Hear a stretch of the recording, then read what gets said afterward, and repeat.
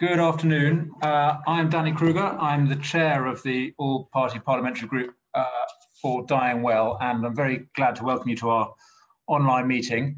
Particularly welcome to the Secretary of State for Health, who's with us, and to our guests, our panelists today, Professor Catherine Sleeman, Dr. Ian Wilson, and Baroness Tanni Grey-Thompson. I'm going to introduce them all shortly. Very warm welcome to everyone who's joined. We've got a great turnout for this meeting. We've got 50 MPs are attending and 20 peers and members of the public. So very pleased to see you all. And of course, that includes colleagues who are declared for and against the legalization of assisted suicide, and those without a settled opinion yet, who of course the ones we are keen to influence. And we're determined to be as respectful and considerate in the way we conduct this debate as possible. And I want to put on record my appreciation of the approach that the other side of this debate have taken so far, especially my colleague Andrew Mitchell, who chairs the rival APPG. Now, keen to hear from friends and foes, allies and opponents of this proposal. And the way we're going to do that is using the Q&A function. So please do use that, and from now to start chucking in questions into the Q&A, and then once we've heard from our speakers, I'll moderate a Q&A with them. So please do start asking questions.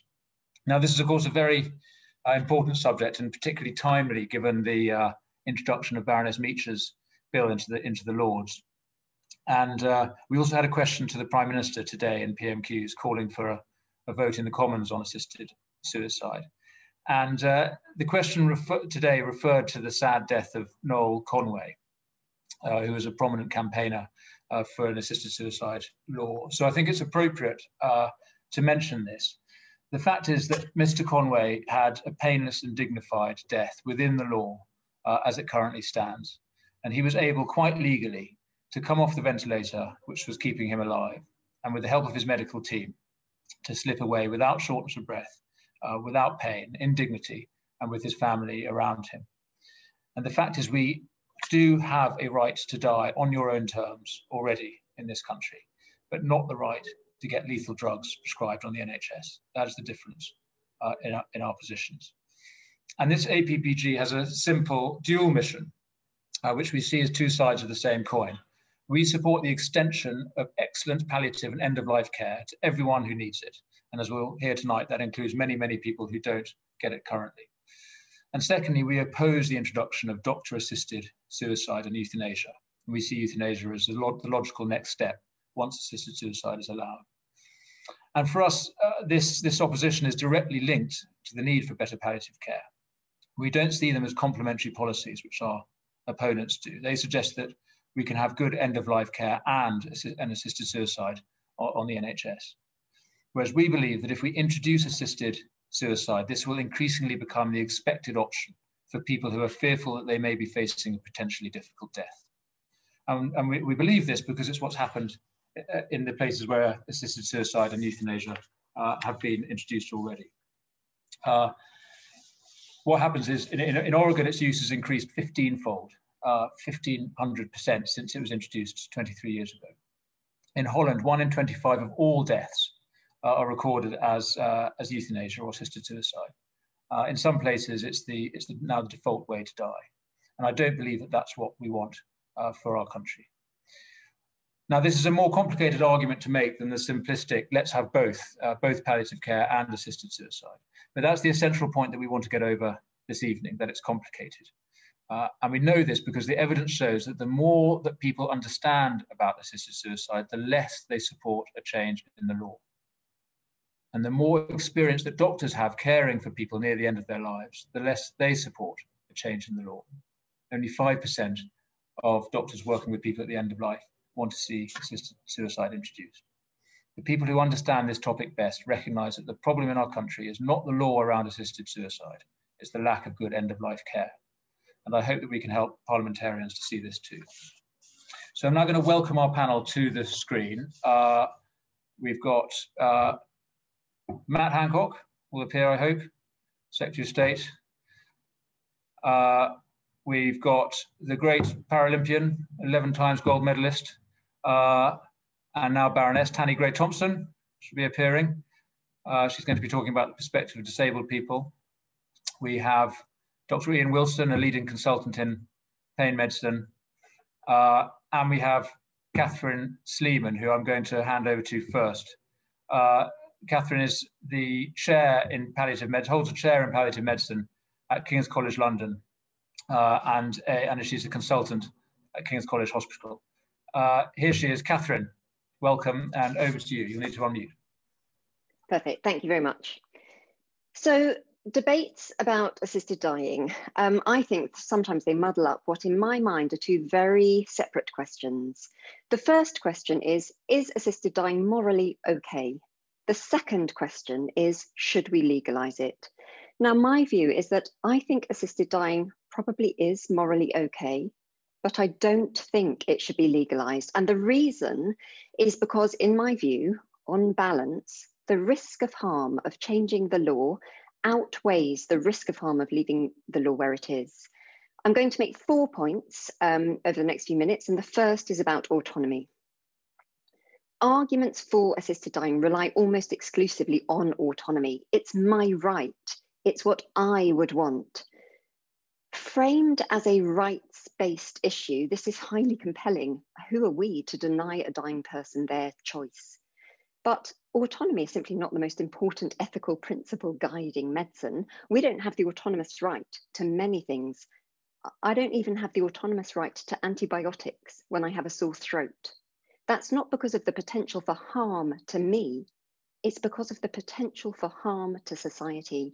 And I know through my clinical work in palliative medicine that there are people at risk of being harmed by a change in the law. And these people are by definition lacking in autonomy. They are without a voice. They cannot tell us that they're vulnerable or that they're being coerced. If they could tell us, they would by definition not be at risk. So rights and choices and autonomy are important. But first, we have to ensure that we protect the weakest among us. So, second point, how are we going to protect the vulnerable? Well, the very clear answer is with safeguards. But much less clear, murky actually, is, well, okay, but how safe is safe enough here? Have we thought about what margin of error we would find acceptable? Would we accept the death of one person who did not want to die in order to allow the assisted deaths of some who did? We've barely started to explore the complexity here, and we certainly haven't found the answers. Mental capacity, a critical safeguard about which we know surprisingly little. We do know from Oregon that the individual values of the doctors making the capacity assessments affect the outcomes. So I am likely to have a different threshold for determining capacity for assisted dying compared to the next doctor. Well, how does that work in practice? Another key safeguard is the 6-month rule. It sounds so reasonable and clear. It is not. First, it's not even possible to determine a 6-month prognosis accurately. My clinical assessment is often different to my colleagues. So whose opinion do we listen to? Second, the 6-month rule is arbitrary. It makes no sense from a clinical perspective. It does not rest on firm foundations. And third, it's discriminatory. Why would we accept a law that excludes those with arguably the greatest need for an assisted death because they will live for years? Now, what proponents say to all of these arguments is Oregon.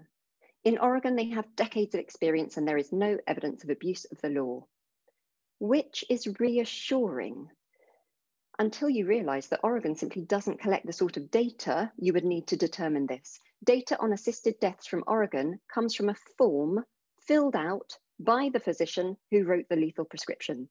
And there is no data on patients who request assisted dying, but have that request refused. These facts seriously limit any conclusions we can draw about the safety of the Oregon model. My third point concerns society. This law will not just affect the small number of individuals who might choose to go to Dignitas. It will affect every person living with a terminal illness who will suddenly be faced with a new option. For these people, What additional pressures would a change in the law put on them? I mean, it's likely, isn't it, that legalization would change the behavior of people who otherwise would never have considered it. The proposed legislation, the current Meacher bill, has been described as a relatively modest change. It is not. It is a seismic shift for all of society. Now, it may be a seismic shift that we, society, want. But to determine that, we have to be honest about it. We have to scrutinize all of the data, and we have to grapple with the complexities here, not airbrush them. A 6-month rule, yes, okay, it makes legislation more palatable. But we all know that once a door is ajar, it takes very little additional pressure for that door to swing open. It's exactly what we've seen happen elsewhere. Dementia, mental illness, children tired of life. Are we really suggesting that we'll keep assisted dying restricted to an arbitrary group? So my fourth point, fourth and final, concerns dignity. Both sides of this debate agree that dying should be dignified. So how can we improve dignity associated with dying? Well, as an academic, my strategy is to look to the scientific literature, which provides both some clarity and some concern. So what is clear is that often it's the services people receive before death that are associated with dignity. So for example, people who receive palliative care or hospice services before they die, they experience more dignity at the end of life, as well as improved symptoms like pain and breathlessness, less depression. They're more likely to die in their own homes. But here's the concern. About 600,000 people die each year in the UK, and it's estimated that 3/4 of them would benefit from palliative care. Now, it is difficult to be sure exactly how many of these people receive palliative care, because frankly, we need much better data. Hospice UK have estimated that every year in the UK, over 100,000 people die needing palliative care, but not receiving it. And more of a concern is that this gap is getting bigger, because needs are projected to increase by around 40% over the next 20 years. And that will almost certainly increase known inequalities in access to care, for example, by ethnicity, by deprivation, by geography. The scientific evidence base is increasing all the time for ways to improve experiences, symptoms, comfort, dignity for dying people. But too often, this evidence of what works simply isn't used to improve care. I think COVID showed us how much we can achieve if research, policy, and services all pull in the same direction. If we align service delivery and policy with evidence of what works for people who are dying, we could transform care and experiences. And now is the time to do this, because COVID also exposed the vulnerability, the uncertainty, and the loneliness experienced by people living with terminal illnesses. Can we really consider legalization of assisted dying this seismic shift for all of society, when so many people are dying without the care, often without even the information that they need?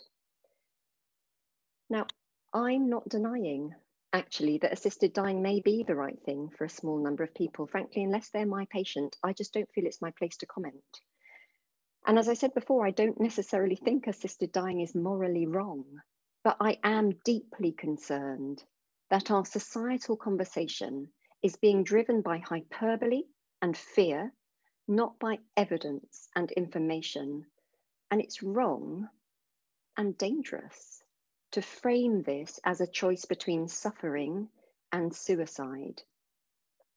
Most people have experienced just a few deaths in their lives, and these experiences will profoundly affect how they feel about this issue. It's completely natural to view this through the lens of one's own personal experience. I've looked after hundreds of dying people, so of course I have a different lens.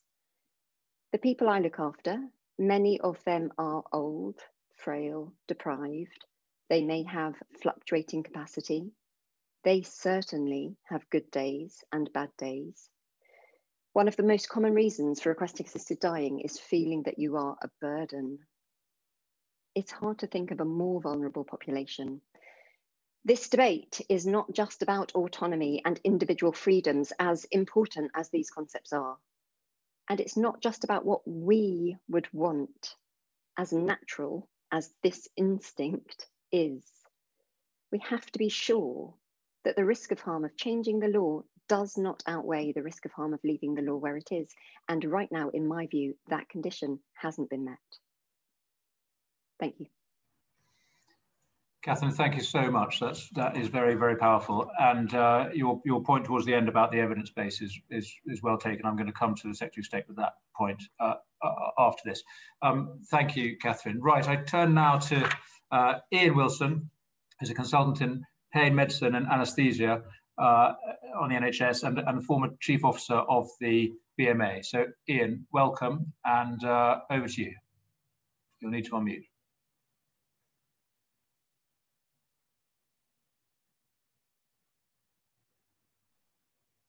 Hopefully I've done that in the right order and I'm unmuted and you can see my slides. So yeah, technology. Thank you very much. And thank you for the invitation this evening. As you said, I'm a consultant in the NHS, an anaesthetist practicing in pain medicine in the north of England.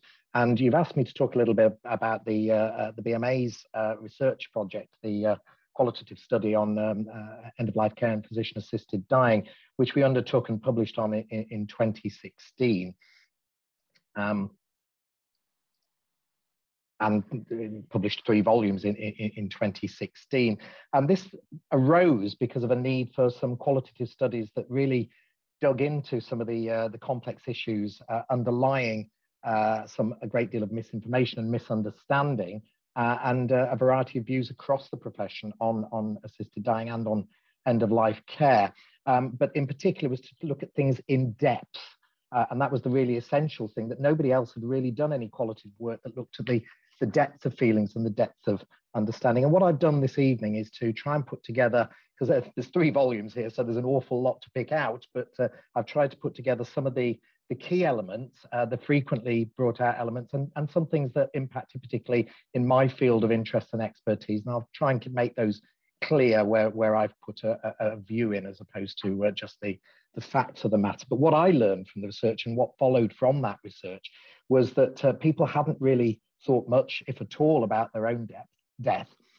There was a huge amount of bad information out there. There's a massive amount of good information, well hidden often, but a lot of bad and wrong knowledge. A great variety of services across the UK. So of course, there's really good experience in some parts of the UK, brilliant experience, and other areas where there are bad stories and bad experience. But what kept coming out over and over in the public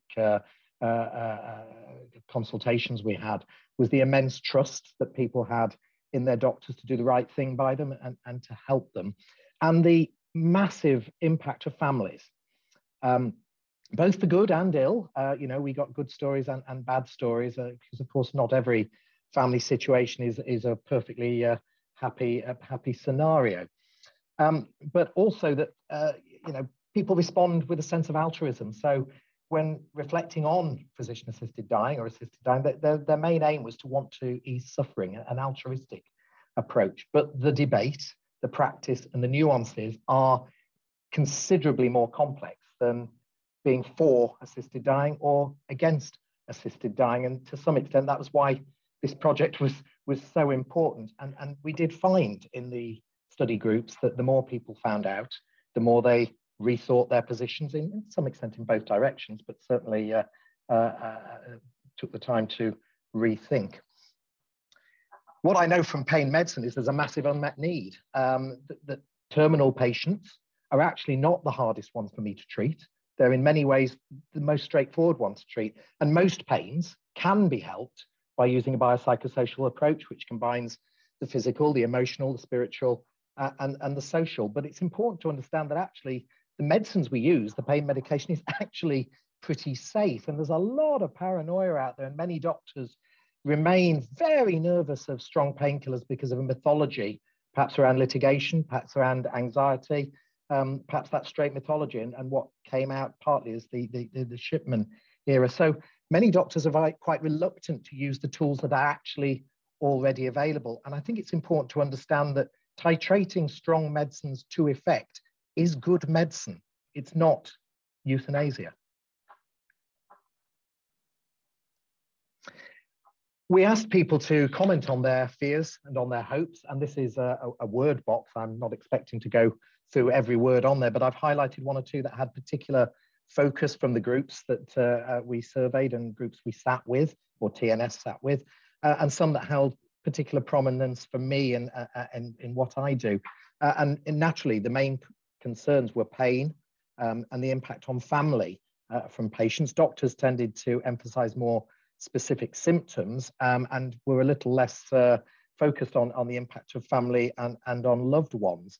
But otherwise, the views from doctors about what they thought patients' hopes and fears would be and what patients, the public's actual hopes and fears were very consistent. And what doctors did pull out was that often patients, as I've mentioned before, hadn't really thought about things. So options when it came to having to make choices and decisions were often rushed, not necessarily terribly well informed, or perhaps unrealistic.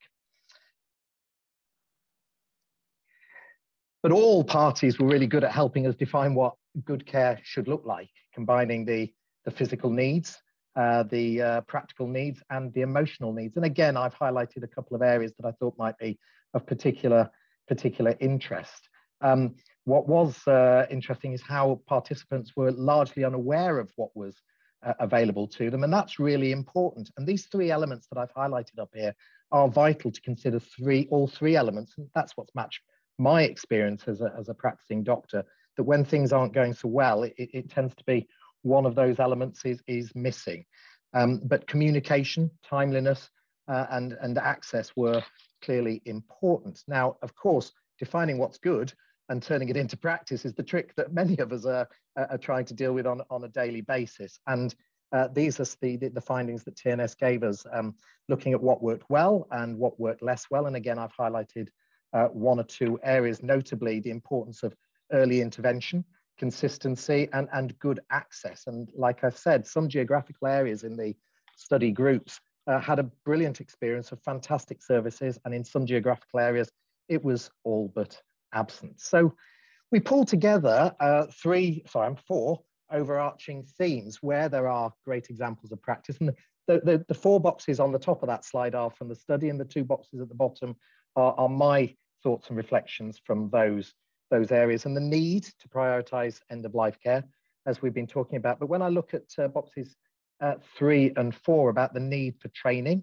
and the need for information, there is clearly a significant knowledge gap, particularly about symptom control. And I've mentioned that pain control is remarkably safe if we can get there early and sustainably. And some of the medicines that we use quite frequently can be escalated to extremely high doses without short-term effect.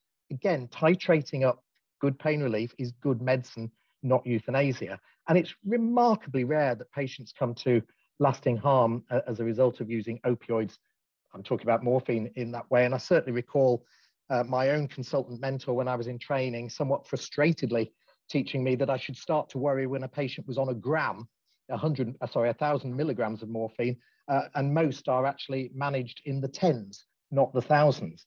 And if that isn't doing the trick, we do have options such as blocks, adjuvants, and other techniques. These aren't about cure, clearly, but they're about managing pain to acceptable levels and working with patients on them living their lives within those manageable levels. And it's really important to remember the psychological and the social impact of all of that.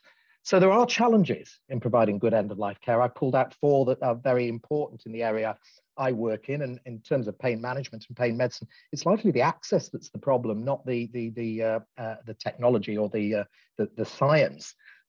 Prognosis is always requested, almost impossible to give clear answers to. That came out in the study. These aren't my own comments, these are from the study, and I'm giving 1 or 2 reflections on it.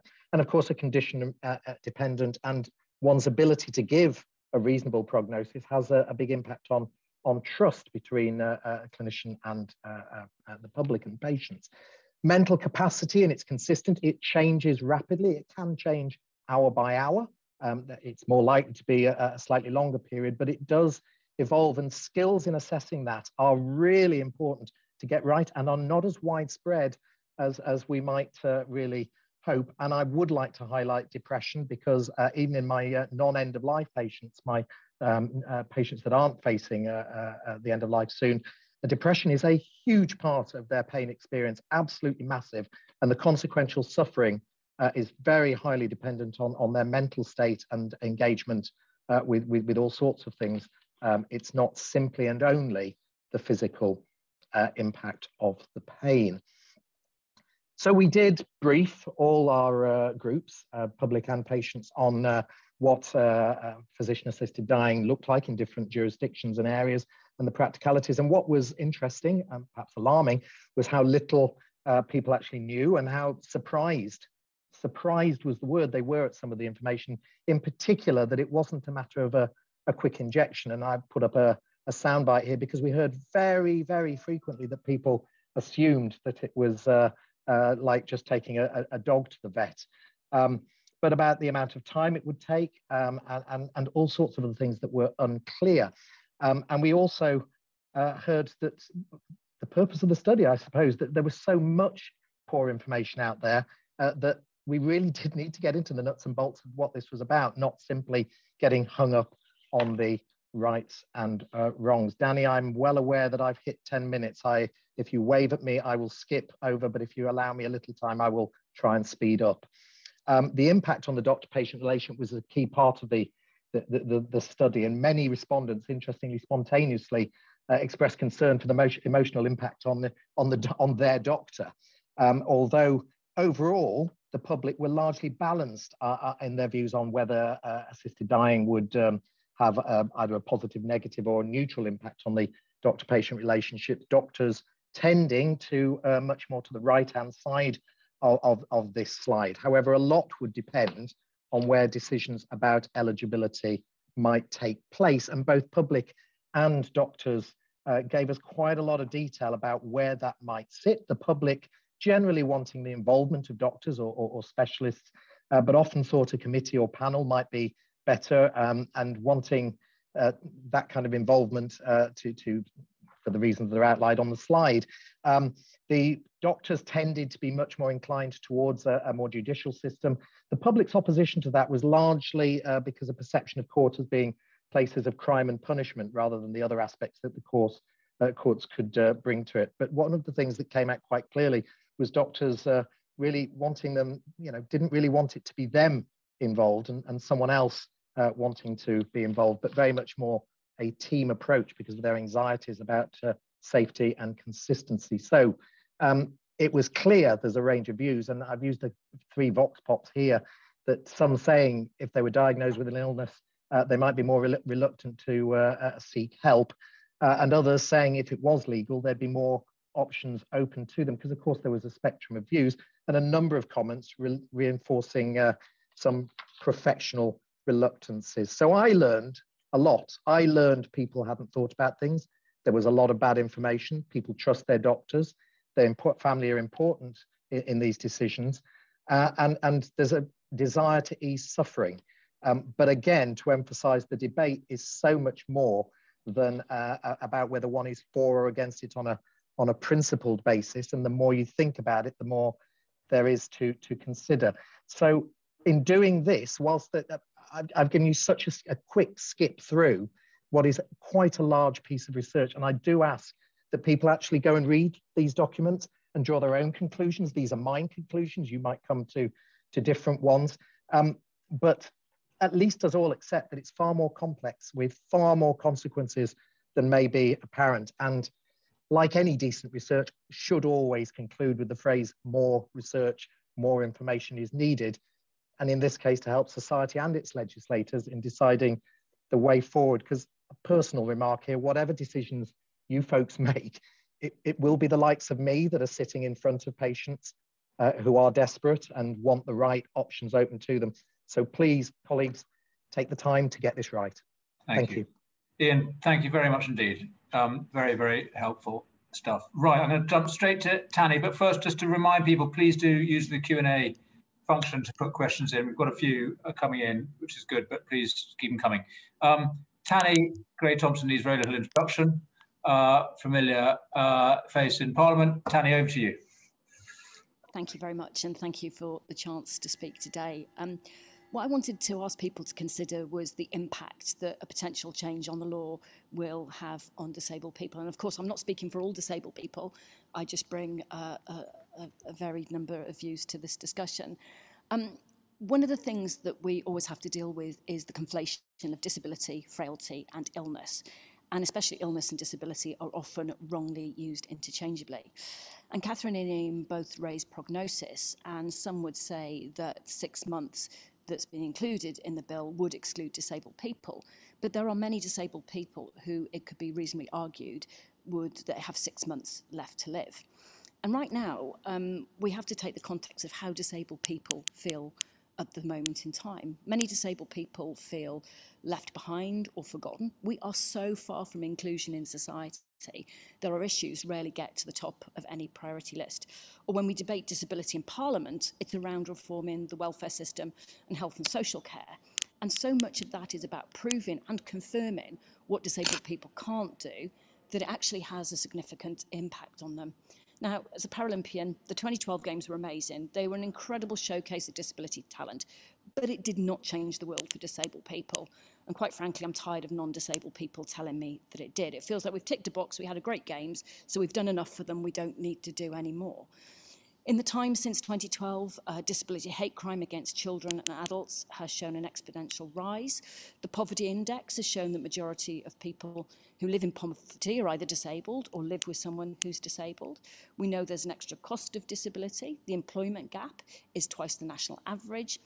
And in terms of daily life, we are still living in a largely inaccessible world without reasonable adjustment. Trains were meant to be totally step-free by January the 1st last year. We've now been told that the point I might reasonably expect to get on a train unaided is 2070. And so most people don't realise the daily grind that disabled people face. And I recognise I have a degree of privilege in my life, but I've lost track of the number of people who have asked me, have I thought about ending my life, because they have an assumption that my life is so terrible and tragic.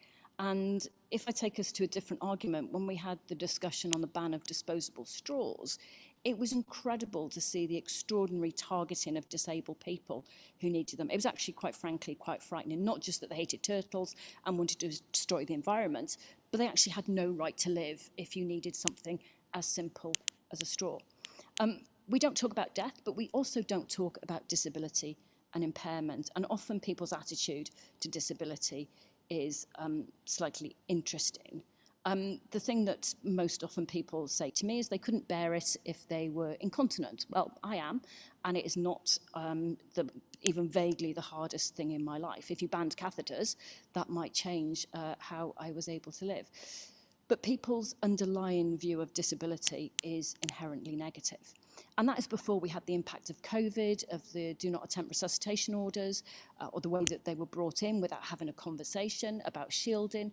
About 60% of people who've died from COVID are disabled. And before coronavirus outbreak, the social care system faced significant strain. At least 1.5 million older and disabled people were not getting the care and support they needed in their everyday lives, which most take for granted. We do have to recognise that disabled people are not homogenous. There are disabled people who would support a change in the law. And I've spent most of my life arguing for choice and inclusion. But actually, we have to recognise that a significant number of disabled people have very, very little choice in their lives. And right now, disabled people are spending a lot of their time fighting to live and survive, as opposed to asking to die.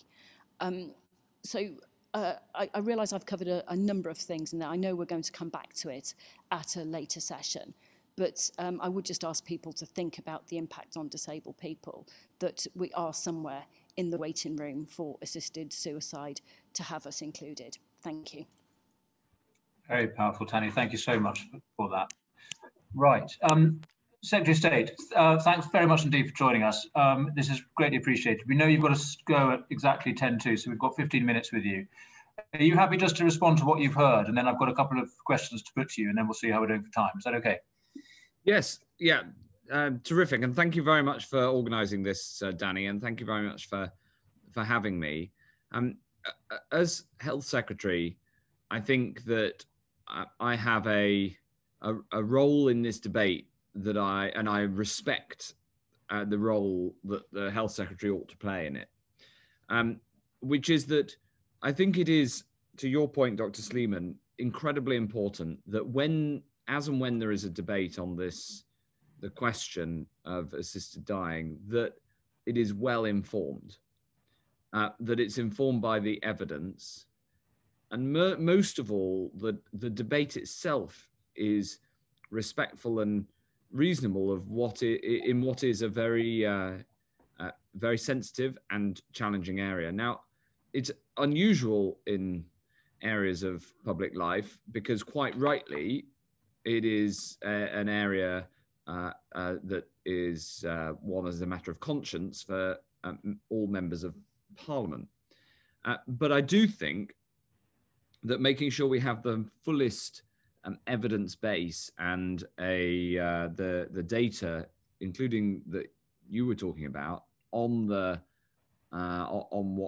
what happens, and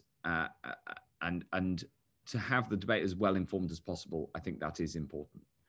So I was very interested in the suggestions you were making in terms of what further information would be helpful to support the debate, and I'd be very happy to take that forward and work with the APPG on what we think should happen. The next thing is to the question of palliative care, and you made the argument that there isn't the palliative care and the legal position on assisted suicide or euthanasia are not complementary. But I think it is important that any debate that we have is nested in a wider debate about how we support people better towards the end of their lives. And I think that that is an area that this country has not had, frankly, as a national debate as much as it might have, and as much as some other countries have.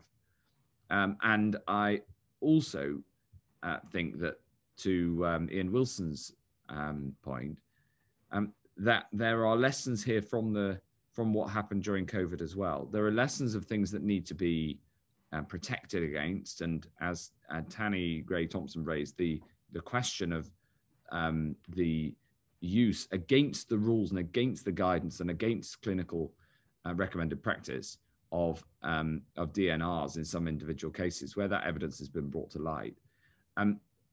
Although it is a different, a subtly different part of the debate, we need to have that broader conversation. It was striking in your research on what people are looking for in their death, that having their views taken into account was important. But I think everybody would agree that the current law around this area is complicated. But there are risks to changing it, as well as there being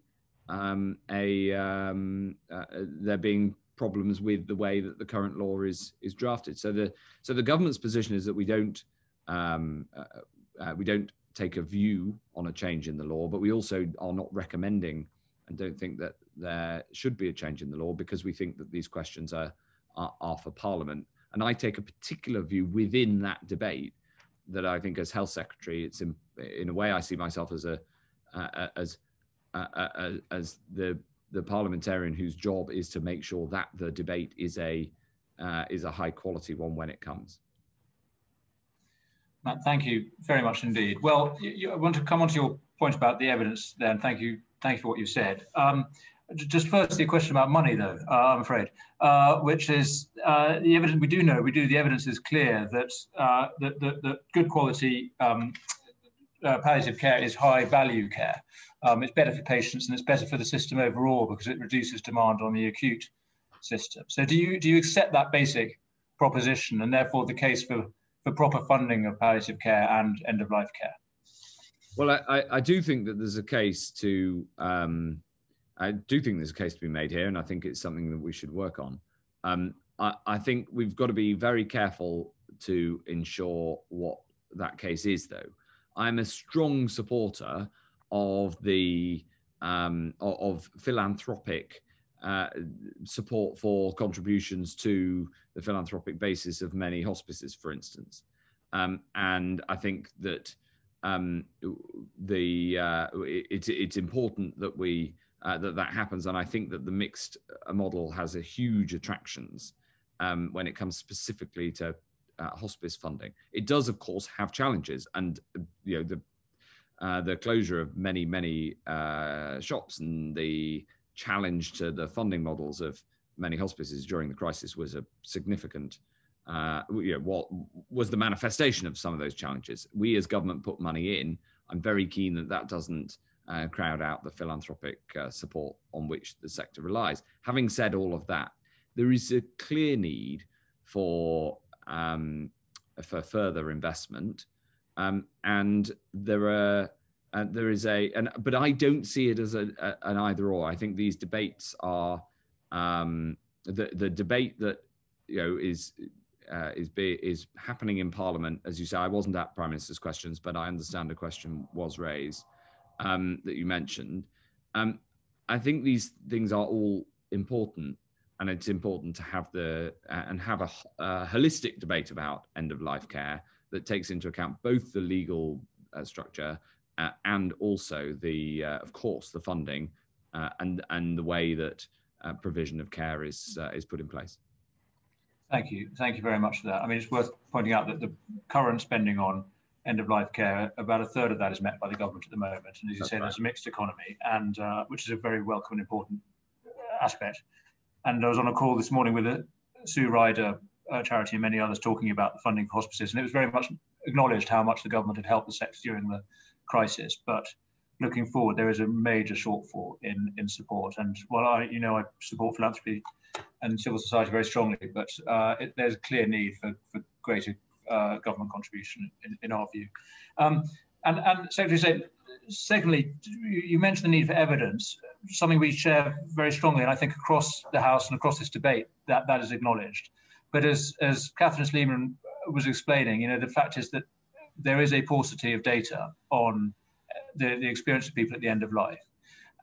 And what we're campaigning for and what we want to ask for your support for is the establishment of a new What Works Centre in government, which are these Cabinet Office research centres, as it were, accredited by government but independent, which gather evidence on certain aspects of policy or of life, and use that evidence to inform good practice. They're neutral on big policy questions like this one, but what they would be able to do, What Works Centre for end-of-life care and palliative care would be able to do is to gather the data that is currently lacking and inform policy and inform practice on the ground, so that both the public and practitioners knew what good practice looks like. Do you support that general ambition? And can we have your endorsement, for what it's worth, which would be a lot, in our application to the Cabinet Office? Well, I will absolutely look at that. I love the What Works centres. I think they're a great policy innovation. It would be very important that, like me, it was neutral in this debate, but help to ensure there's a good, high quality discussion. So I'm absolutely open to that. I'll have to look at the exact wording of what you want me to sign up to, but I think you can see where I am in principle. The Office for National Statistics are also looking into this area, and I think it's worth with everybody within interest in having a high quality debate in engaging with them on how best to measure the most important factors that should underpin discussion. Thank you. Well, yes, and indeed, and we're keen that ONS investigation is as broad as possible and includes a proper review of suicide in this country and the reasons for it and what we know about people who take their lives. So we agree. While I've still got you, Matt, I just wanted to ask Catherine a question from the front line about what progress or otherwise we've seen in the improvement of palliative care in the last 5 years since this debate last came to Parliament, because a lot of the points that were made then are being made now, which is that yes, we need to improve palliative care. That's what's going to happen, and you know, the government and NHS are committed to that. So I think it might be worth just hearing about recent history, Catherine, and what that might say for the next few years, post the Maris bill, which was the last attempt to introduce assisted suicide. Catherine. Thank you. Yeah, I think this is a really good question, because at the time of the Maris bill, the argument was made very strongly in Parliament that what we should be doing is not legalising assisted dying, but improving palliative care. So the question of what has changed is really pertinent. So in terms of progress, I guess the most important thing is what's progress been like for patients, but it would also be important to consider services and also the kind of wider system. But the most important question is, are patients having better deaths? We all said they needed to, but is that actually happening? Do they have improved symptoms, less distress, more peace? Do they feel more fully informed at the end of life? And unfortunately, I mean, it's another area where we just don't have good enough data nationally to know the answer. We do have some proxies that give us clues. So we know that hospital deaths are going down, and hospital deaths can be a proxy for poor end-of-life care. But at the same time, emergency hospital use near the end of life is actually going up. So I think we have a really mixed and incomplete picture in terms of the patient perspective. At the level of the service, again, I think it's pretty mixed. Over the past few years, we've seen hospices close, so shut down beds because of lack of funds. A lot of palliative care is provided in hospitals. What's interesting there is that a few years ago, a national audit found that just 1 in 3 hospitals provided 7-day face-to-face palliative care services, even though that had been a NICE recommendation for more than a decade. My anecdotal experience from South London is that things are improving, but we again don't have national data. And then at the system level, the question really for me would be, is palliative care fully integrated into our sort of health strategies?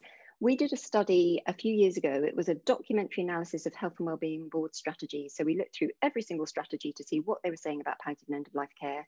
We found that half of them up and down the country said nothing, and 4% had a priority around palliative and end-of-life care. More recently, we've had a look at the integrated care strategies. Of those that are published, we found that 3/4 actually said something about palliative care. I mean, usually very little, but something there, which I think is really positive. I mean, it's worth saying that palliative care is an integrated care system's dream. It's high value care. It leads to better outcomes for patients and carers, reducing pressure on the overall system. So integrated care systems are missing a trick actually if they're not including palliative care. So I guess in summary, there are large gaps in our knowledge still, particularly in terms of patient data and patient reported outcomes, the most important data. We rely on proxies like, did people die at home? When actually what we really want to know is, did people die at peace? In terms of progress, I think there are some reasons for optimism, particularly around maybe how palliative care is perceived and prioritised. But also reasons to feel worried. And I think certainly progress is not what we might have hoped. Thank you, Catherine. Matt, I know you've got to go. Do you want to respond to that, or shall we let you duck out? Well, I do think, look, I think it's an incredibly important point. And I do hope that the health reforms and bringing in of statutory integrated care systems can help here, because CCGs have increasingly been supporting palliative care, but I recognise the fact that that has not been universal, and it hasn't been part of the strategy in every area. But that's partly because CCGs are very much an NHS, see themselves very much an NHS body. The aim in future is to have a much more integrated approach, and that's what the new legislation will provide for, not just for these purposes, but I have no doubt that will help remove some of the barriers to support that some CCGs have found in the past. So that is it's an important point. It's probably one that we should address when we come to the to how integrated care systems operate at the level below the level of the legislation, which we'll be publishing in the next couple of weeks, but in fact in how they operate. Matt, we're very grateful for your time. You've got to go, but we're very pleased. You've endorsed the What Works Centre. You've promised lots of extra funding for end-of-life care, and well, you recognise the need, and we're very grateful for that, and you're remaining neutral on this important topic. So we're really grateful for your involvement and your support this evening. Thank you very much, Matt. I'll let you disappear. And I'm going to come to some questions from our members and guests. Firstly, Sally Ann Hart MP has asked a question which I will read out, which perhaps goes to you, Tanny, in light of your talk. She says, coronavirus has shown us how much we all value human life, regardless of age, disability or health condition. Would assisted suicide not undermine everything we have stood up for in the last 15 months? I think you know where Sally Ann's coming from on this one, Tanny. What do you think?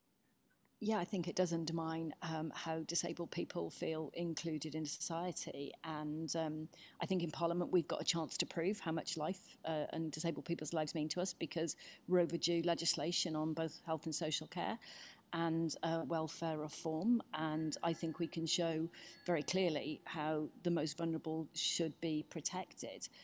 What we have seen, with individuals, again, disabled people who have at one point supported assisted suicide, their view has changed when they've had the right health and social care put around them. And a lot of the time people feel that they support it because it's their only choice, that they feel a lack of choice in lots of other parts of their lives. So I think as much as there's a debate in Parliament about palliative care and everything else, we need to make sure that we protect disabled people in legislation that is coming up fairly shortly. Thank you very much. Thank you. Well, we've got loads of questions coming in now, which is tremendous, but unfortunately we won't be able to get to them all. So I'm going to go quickly to the next one, which is Rachel Maskell, MP, who's asking, is there data on disadvantage, socioeconomic disadvantage, access to palliative care and good end-of-life management? So, Catherine, perhaps that's one for you. Yeah, of course. It's a really good question. So where I work at the Cicely Saunders Institute at King's, there's a PhD student called Joanna Davis who's really interested in this question of the link between socioeconomic deprivation and good end-of-life care. And the straight answer to you, the simple answer is yes. There's a very strong link. Joanna did a systematic review where she compiled data from over 100 primary studies and did statistical analysis to look at the link between deprivation and receipt of palliative care. Or in fact, it wasn't just palliative care, it was things like were advanced care plans made and where did the person die? So it was several end-of-life care outcomes. And she found strong associations where people who were most deprived were least likely to have those aspects of care that we would consider good. So a resounding yes, there's a very strong association. Now, what she has also found is that actually, so there's all this evidence of a problem. We have a lot of evidence that there's this association, but what there's very, very little evidence of is how to change it. So we need much more research that looks at interventions that address that specific problem and try and redress that balance between people who are not deprived and living in richer areas, getting all the better services, and people in more deprived areas not. That's the most important thing to do now. Thank you. Thank you, Catherine. Right. A question from Lord Moylan, which Ian, I think would be one for you. He says that his concern is about the role of doctors and nurses. He says, I know my own late father would have avoided hospital at all costs if he thought that the staff were eyeing him up for an early exit. If assisted suicide is permitted, shouldn't approval and implementation be wholly separated from the work of the NHS? Thanks, Lord Moylan. I mean, this goes back to some extent on perceptions of what hospitals are and what they're there to do. And, historically, not so historically, people being reluctant to come anyway because of the perception of workhouses, which will still be present in many people's memories. I think there's a couple of different elements to that question going through my mind. One is the trust anyway, and the other is the practicality bit that you've put at the end of your question there. I mean, we found in the study there is a high level of trust amongst doctors. We found that was the public had more of a trust in the doctors than perhaps doctors did in themselves to some extent. But it's worth pointing out, particularly during the COVID period, that when that stress is really stretched to the absolute limit, things can change. And we've got local experience of where certainly the community around me and the BAME community really struggled with their families coming into hospital, and a strong perception endemic in the community. Bradford Hospitals found this particularly, but a strong perception endemic in the community around there that BAME patients were being taken into hospital and bumped off by the right doctor. Now, that's been an extremely difficult thing for Bradford to cope with. Several of their doctors and nurses have written blogs that are available on the BBC website about how they address that sudden collapse in trust and the difficulties, of course, that their doctors and nurses and others had to deal with when they often came from those communities themselves. And my colleagues in the intensive care unit here where I work have had some really difficult, stressful situations where families had that view. So trust is a thing to be lost, but it can be lost, and it's sometimes surprising. And when it does happen, it's very quick. I think that underpins your question, Moylan. But the second thing is the practicality element, and I'm going to go back to the study, if I may, on that one, where we did get a number of people say, well, wouldn't it be better to separate it right out of NHS provision and keep it separate? It wasn't that it was an issue that came up and was thought about. What was very clear is that generally people didn't want it to be a commercial enterprise. We didn't get very much into the depth behind that, but it was certainly an anxiety people seemed to want that way. But there's a really important thing that, sorry, Danny, the service just doesn't have the capacity to deal with this, either practical or emotional. Particularly at the minute, the emotional drain is, we're on the edge of collapses at the best of times, but just at the minute, nah. Ian, we've got 2 minutes, and I want to get another question to you, and then one last to Tanny. So, Ian, try and answer this quickly. This is a question from Ronnie Cowan, SNP colleague. He's asking: is it not already the case that terminally ill patients are being given levels of morphine that kill them? And do we not therefore have euthanasia by another name in practice already? Can you give a really quick answer to that? Yeah, thanks, Mr. Khan. The quick answer is absolutely not. No, there's absolutely no evidence around that. There's a lot of scaremongering.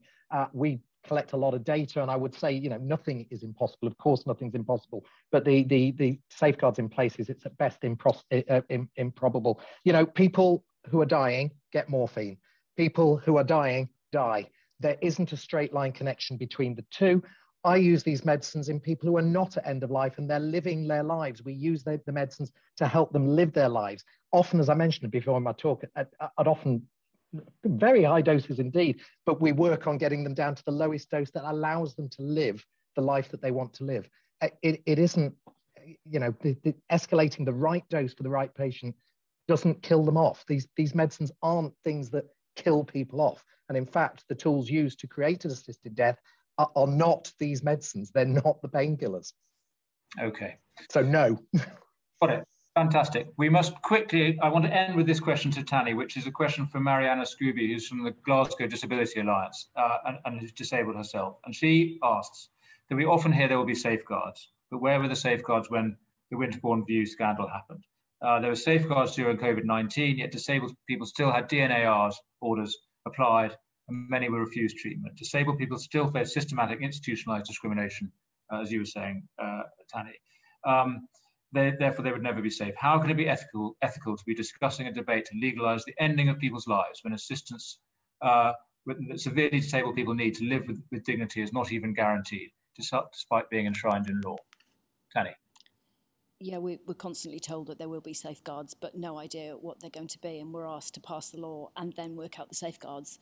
And I just don't think that is good enough. And that's why a huge number of disabled people feel very frightened. Might not be speaking about it right now, but certainly when the legislation comes to us, they'll be much more vocal about the fear that they feel. Tanny, thank you very much. We will stop there because we are past 6 o'clock. I'm very grateful, obviously, to my to my guests, the panelists who've contributed today. Very grateful to everyone who's contributed by attending and asking questions. Thanks to Matt Hancock. We'll follow up with a good note on tonight's proceedings. It's all been recorded, so if you missed any of it or want to circulate it, we'll post that out shortly. And our website has all the data and information that's out there on this issue, and we keep constantly updating that. And we'll have more meetings in due course on all different aspects of this challenging question. So thank you all very much indeed. It's been a very, very helpful session. Good evening.